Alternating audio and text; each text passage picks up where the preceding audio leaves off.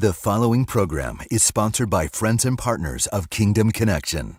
Because of the generous gifts of people around the world, we have raised nearly $300,000 to support the victims of the recent hurricanes that have ravaged the southern United States.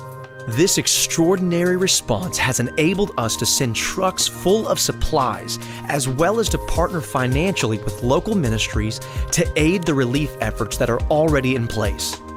Your generosity has lifted the financial burden of churches that have been on the ground from the beginning, rescuing, bringing relief, and helping to restore the lives of these hurricane victims. We've witnessed firsthand the power of the body of Christ coming together to make a difference in the lives of these innocent victims. Thank you for your generous support of this ministry as we continue to be the hands and feet of Jesus. For more updates and to join us in sending relief to hurricane victims, visit us at jensenfranklin.tv. When you give to rescue and bring relief and restoration to hurricane victims, you can be confident that your gift will be sown directly into the lives of hurting people. With your gift of any amount this month, you may request Jensen Franklin's powerful audio teaching, Make Room for a Miracle. And with your generous gift of $45 or more, you may request the Finding Your Way in the Storm set, featuring 2 encouraging messages and a study guide that will help you as you walk through the storms of life. Visit us online at jensenfranklin.tv.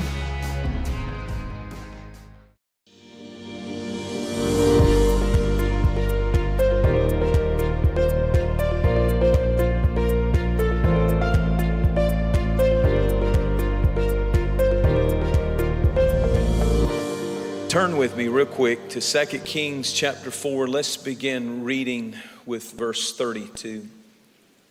When Elisha came into the house, there was a child lying dead on the bed. He went in therefore and shut the door between the two of them and prayed to the Lord. He went up and lay on the child. This is so strange. Put his mouth on his mouth, his eyes on his eyes. Notice the detail of the scripture. His hands on the dead child's hands. He stretched himself out on the child. And the child, the flesh of the child became warm. He returned, walked back and forth in the house, and again went up and stretched himself on him. Then the child sneezed 7 times, and the child opened his eyes. I want to talk to you about this amazing story. Life was not there in this child until the 7th sneeze. Life did not come until the child sneezed, not 1 time, not 3 times, not 5 times, but 7 times. You know this story if you've ever read the Bible much. Let me remind you of what I didn't have time to read. This child was working in the field with his father, reaping the harvest. He was working for the father in the field, reaping the harvest. And it was the heat of the day, the Bible said.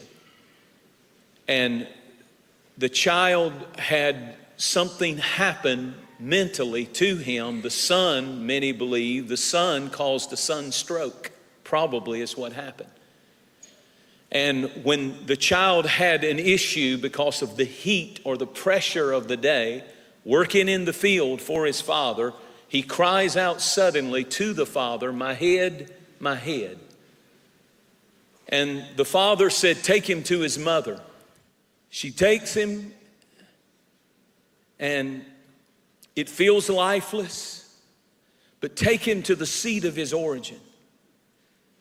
Take him back where the child in him can be resurrected. A lot of Christians are crying, "My head, my head." The pressures of life, the irritants of life, the sun, so to speak, beating down on them.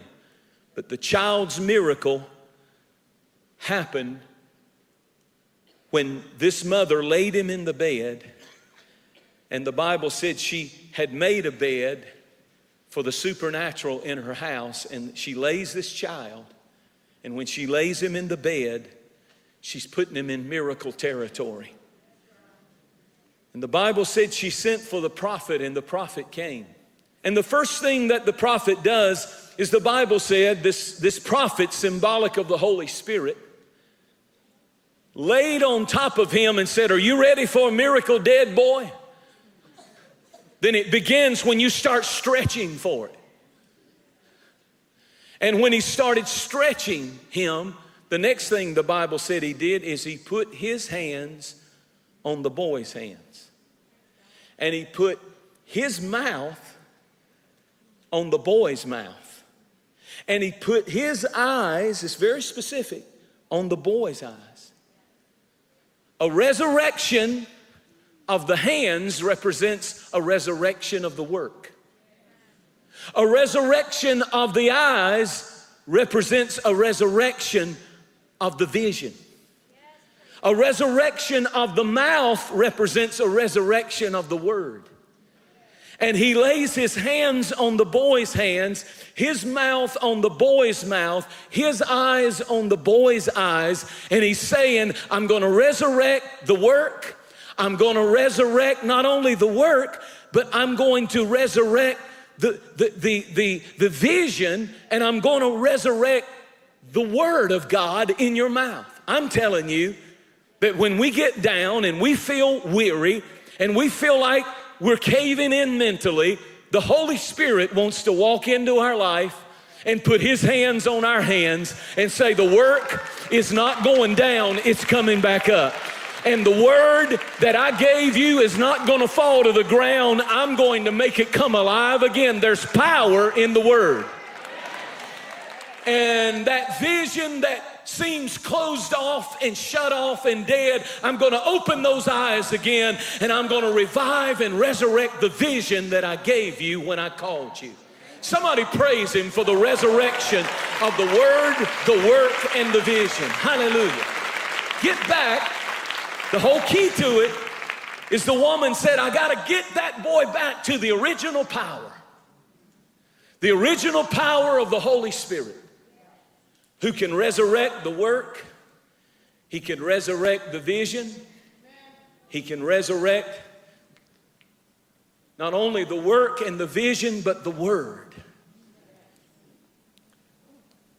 The scripture said that when he laid on him, the King James says he waxed warm.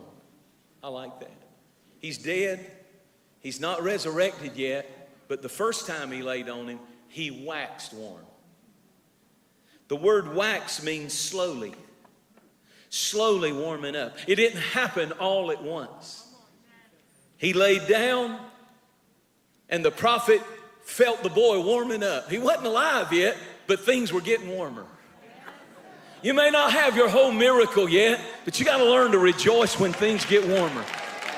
You may not see everything you're believing for and have it all, but I tell you, it's getting hot in here. And you have to learn to go with God when you don't see the fullness of the miracle, but at least it's getting warmer. I can feel a warming trend. Things are getting better. Come on, talk like that. Things are getting better. It's getting better.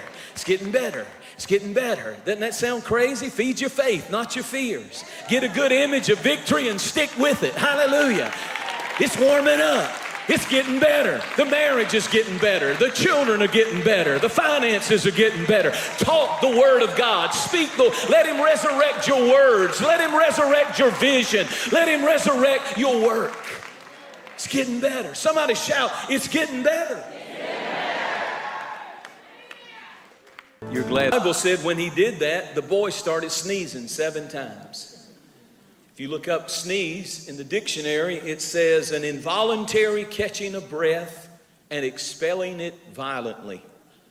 Usually because something irritating is caught in the nasal passage. Chew. And what you're saying is, get out. You're hindering my breath. You're hindering my life. Chew. Get out.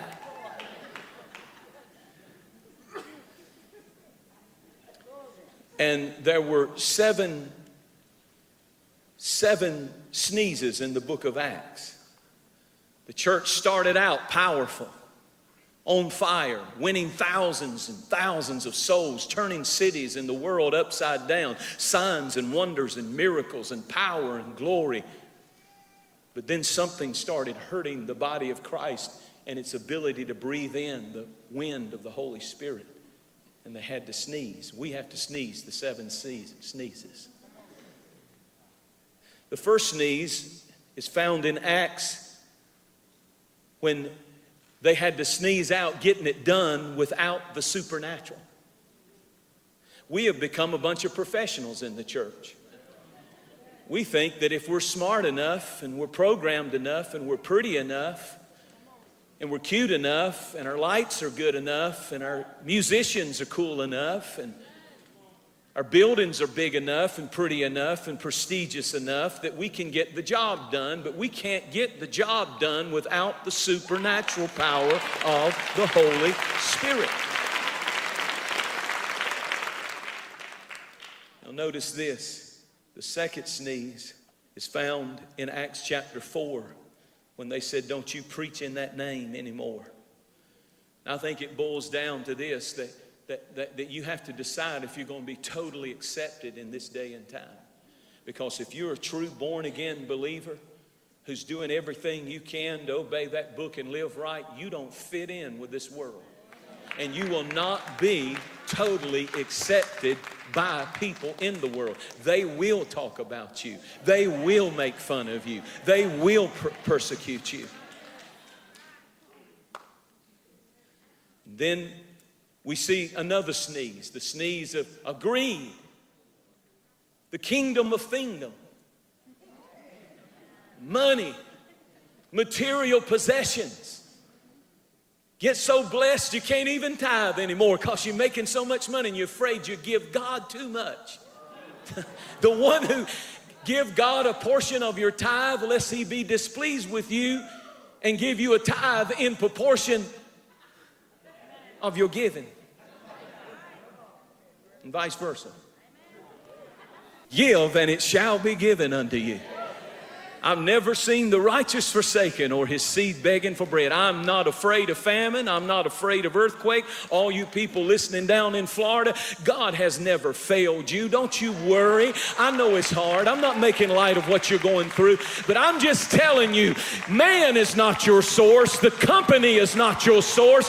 You're going to have to go back, not to the brook and not to the widow. You're going to have to go back to your source. Your source was never the brook. Your source was never the birds. Your source is God, and God never runs out. He will supply all your needs according to his riches and glory. Somebody needs to hear that. Give him a great praise. I'm going to keep preaching, but give him a great praise. The fourth sneeze is murmuring. The Bible said the people started murmuring in the book of Acts. I think it's the 6th chapter, because some of the Jewish widows were getting treated better than the Gentiles, and they had this thing going on, and they were murmuring. But I'm just complaining, talking down. You want to get the life of God back in you? Stop murmuring. Stop complaining. Stop whining.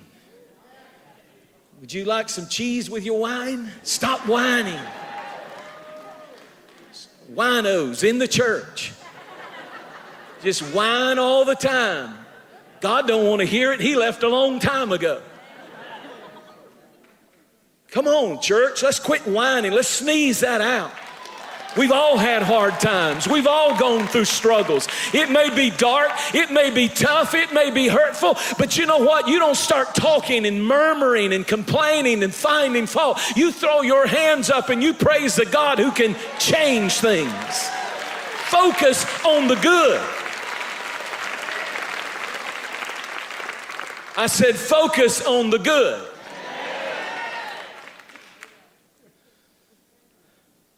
Paul said, I think myself happy. Isn't that a great verse? I think myself happy. You keep on murmuring, you're going to think yourself depressed, fearful, discouraged, tore up from the floor up. Quit murmuring and start being thankful for what you do have. The fifth one is fear. The Bible said that they were persecuted and they were fearful. We have to sneeze out the fear of failure, the fear of rejection, the fear of people. I hate fear. I've had to fight it my whole life. I do every time I walk to the pulpit. But I have found that fear is never, ever going to encourage me if I give a voice to it and listen to it. You have to shake it off, and you have to go in confidence and in faith, knowing the Lord is with you. Let me give you another one. In Acts chapter 10, it's the six knees. You know what it is? Prejudice. Cornelius is praying, and he's a Gentile, and Peter says, I can't associate with certain people who are not of my nationality. Prejudice had gotten in the church, but God gave Peter a dream, and he saw all of the things that were supposed to be unclean, and God said, kill them and eat.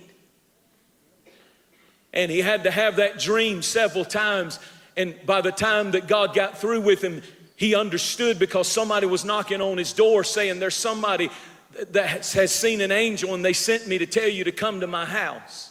He perceived this is of the Lord. What God calls clean, let no man call unclean. We got to sneeze prejudice out of the church. We got to sneeze this. You are not superior to anyone because of the color of your skin. You are not inferior to anyone because of the color of your skin. You've heard me. I've told you before. I went and preached for a large church in Atlanta one time, and I'll never forget walking in. And just me being white all my life, being raised in, I can't help it. And I walk into this church, and all I've ever seen is white Jesuses, on the little picture frames, and sweet, blonde-headed, blue-eyed Jesus in sandals, and hippie Jesus. You know the one I'm talking about. That's all I've ever seen. And I walked into this black bishop's office, and he had a black Jesus. Big old, the biggest picture of Jesus I've ever seen, almost as big as that screen. And it was a black Jesus with jerry curls. And it threw me for a loop. I tried not to, but freaked me out a little bit. Then I went on a mission trip one time to Mexico and preached, and this Hispanic pastor had a Jesus with a sombrero on in his office. I'm like, well, would the real Jesus please stand up? He's all of them. He's all of them. He's all of them. He died for all of us. And prejudice has no place in the body of Christ, in the church, in the kingdom, and in our nation.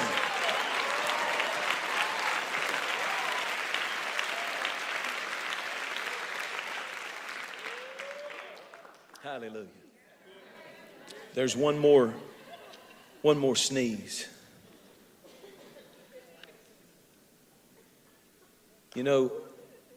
It's called doubt.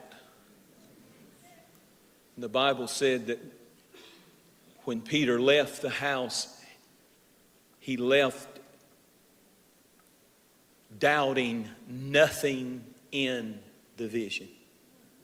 When he sneezed that doubt out, when we sneeze doubt out, Paul said in Corinthians, I will come to vision. I don't hope so, I don't wonder. He said, I shall come to vision. There comes a place, if you walk with God and He's given you a vision, it goes through death. You don't have a vision if your vision hasn't died. It goes through death, it goes through burial. And that's where most people give up, walk away, and say, I miss God. But if you've really got a vision, something in you holds on. Because it doesn't just go through death and burial, but it will come to resurrection. And when it comes up and you finally are standing in that place, you're not enthralled and you're not impressed with that place like you would have been had God given it to you on a platter. It's something about the fact that when you do stand in your place of destiny, it's not the place that you are amazed by, it's the God who put you there that you're amazed by. He doesn't want you caught up in your stuff. He wants you caught up in Him for His glory. And I'm praying for the seventh sneeze,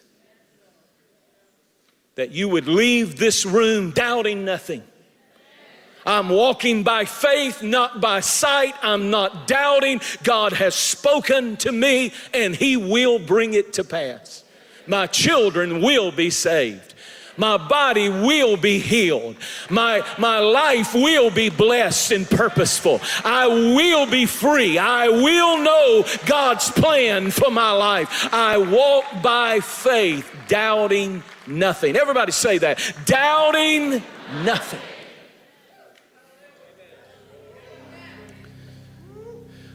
The Holy Spirit right now is laying His hands on your hands to resurrect the work. You can't do it on your own. It's not by might nor by power, it's by my Spirit. So I lay my hand on you. And He's laying His mouth on your mouth. That original prophecy, there's a prophecy over your life, and you can't die until it's fulfilled.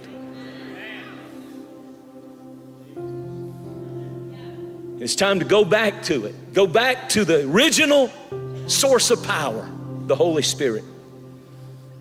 Let Him put His mouth on your mouth, His hand on your hand, His eyes on your eyes, so that you'll have the vision again for what God's called you to do. You'll have clarity. You'll understand now. I see it. I see it. Raise your hands toward heaven. Say, Lord, here's my hands, here's my mouth, here's my eyes. Come on, lay here, stretch me. I've been comfortable. I've been a little comfortable in my Christianity, so stretch me again. Take me where I've never been. Stretch me, Holy Spirit. Take me into your power, into your will. Show me, touch my eyes and let me see. Touch my hands and let me do the work. Touch my mouth and let me speak the word. Oh God, I give you my will. I give you my plans. I give you everything. I surrender them to you. Come, Holy Spirit, and resurrect the child in me. I want to go back to that original innocence, that when I first got born again, how much I wanted to please you, how careful I was in what I looked at and what I talked and what I said. I want to go back like that child when I first got born again, how I loved your word and loved to worship. I don't want to be tired and old. I want to be fresh and young spiritually. So come, Holy Spirit. Thank you so much for watching this program. We never take for granted this opportunity to come into so many homes all around the world. In many different languages we translate this program and to have the ability to tell people that there's power in the cross and the blood of Jesus Christ. As a matter of fact, I believe you're watching this program today because God wanted you to hear the message that I just preached. And I want to give you an opportunity to receive Christ as your Savior today. He loves you. Do you hear what I'm telling you? He cares. He has not given up on you. Don't give up on yourself. Pray this prayer with me. Say, Lord Jesus, I give you my heart today. I confess I'm a sinner. I need your salvation. Thank you that you love me. Thank you that you're for me. Calvary is proof that you love me and that you're for me. And I receive your forgiveness today. Say those words in Jesus' name. Amen and amen. You know, the Bible said if you confess with your mouth and believe in your heart, you shall be saved. So I believe a miracle has happened today. Now it's important you tell somebody. We're overcomers by the word of our testimony and the blood of the Lamb. So pick up the phone, dial the number that's on the screen, and tell somebody that you've just prayed that prayer. We would love to rejoice with you. Thank you for watching this program. Thank you for hearing this message. We can't wait to hear from you. If this program has been a blessing to your life, I remind you that it's only here by the faithful support, financial backing of our friends and viewers just like you. If God speaks to you, please help us. Help us go into all the world and preach the gospel. Thank you so much. We'll see you next time. When you give to rescue and bring relief and restoration to hurricane victims, you can be confident that your gift will be sown directly into the lives of hurting people. With your gift of any amount this month, you may request Jensen Franklin's powerful audio teaching, Make Room for a Miracle. And with your generous gift of $45 or more, you may request the Finding Your Way in the Storm set, featuring 2 encouraging messages and a study guide that will help you as you walk through the storms of life. Visit us online at jensenfranklin.tv.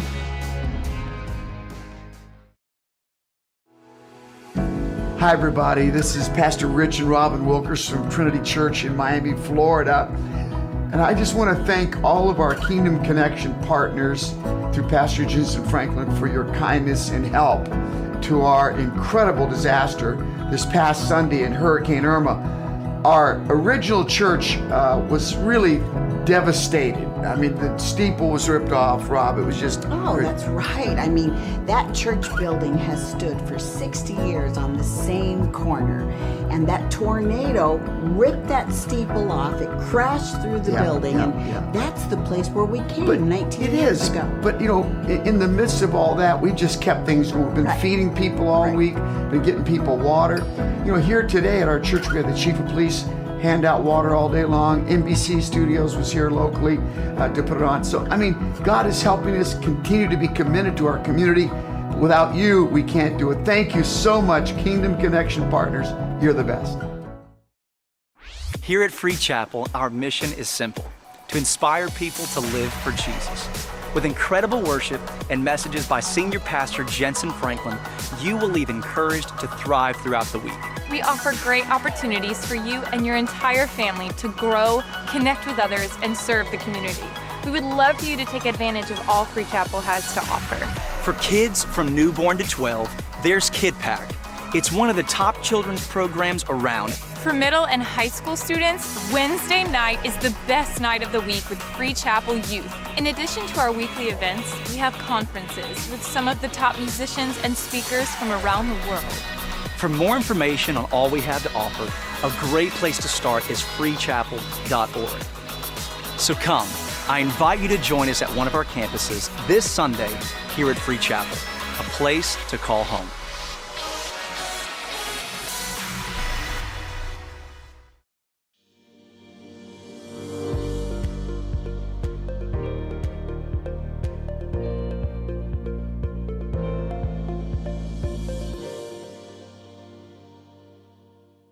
Franklin.tv.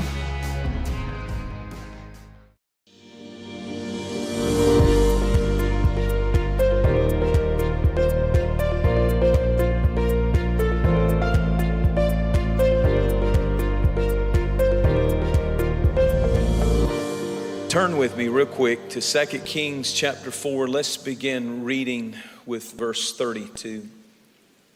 When Elisha came into the house, there was a child lying dead on the bed.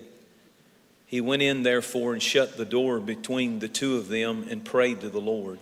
He went up and lay on the child. This is so strange. Put his mouth on his mouth, his eyes on his eyes. Notice the detail of the scripture. The following program is sponsored by friends and partners of Kingdom Connection. Because of the generous gifts of people around the world, we have raised nearly $300,000 to support the victims of the recent hurricanes that have ravaged the southern United States. This extraordinary response has enabled us to send trucks full of supplies, as well as to partner financially with local ministries to aid the relief efforts that are already in place. Your generosity has lifted the financial burden of churches that have been on the ground from the beginning. rescuing, bringing relief, and helping to restore the lives of these hurricane victims. We've witnessed firsthand the power of the body of Christ coming together. If you've ever read the Bible much, let me remind you of what I didn't have time to read. This child was working in the field with his father, reaping the harvest.